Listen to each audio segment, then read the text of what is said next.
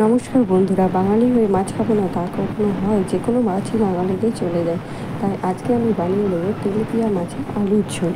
Tilapia মাছটিকে ভালোভাবে ধুয়ে বেছে তারপর নুন হলুদ মাখিয়ে কড়াইতে ভেজে নিলাম। ভাজা হয়ে গেলে আবারও কড়াইয়ে দিয়ে দিলাম সর্ষের তেল। আলুটাকে ভালোভাবে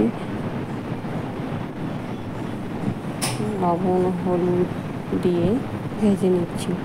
ভালোভাবে আলুটা ভাজা হয়ে গেলে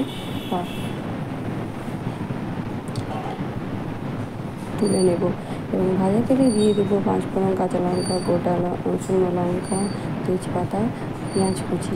ভালোভাবে সেটিকে ভেজে নেব। ভাজা হয়ে গেলে দিয়ে দেবো জিরে গুঁড়ো, ধনে গুঁড়ো এবং হলুদ গুঁড়ো।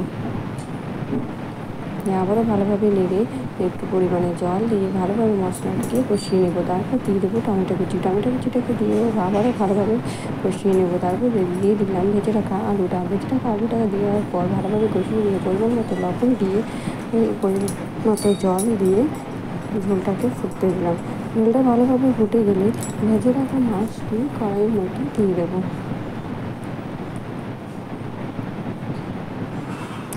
মাছটিকে ঝোলের মধ্যে দেওয়ার পর ভালোভাবে মিশিয়ে নেব। 5 মিনিট ফোটা অবধি অপেক্ষা করব।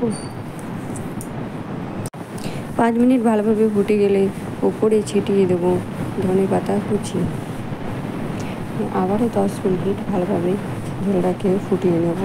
এভাবেই হয়ে গেল তেলাপিয়া মাছের আলু দিয়ে ঝোল। এভাবে আপনারাও বাড়িতে বানিয়ে করে খেতে পারেন। নমস্কার।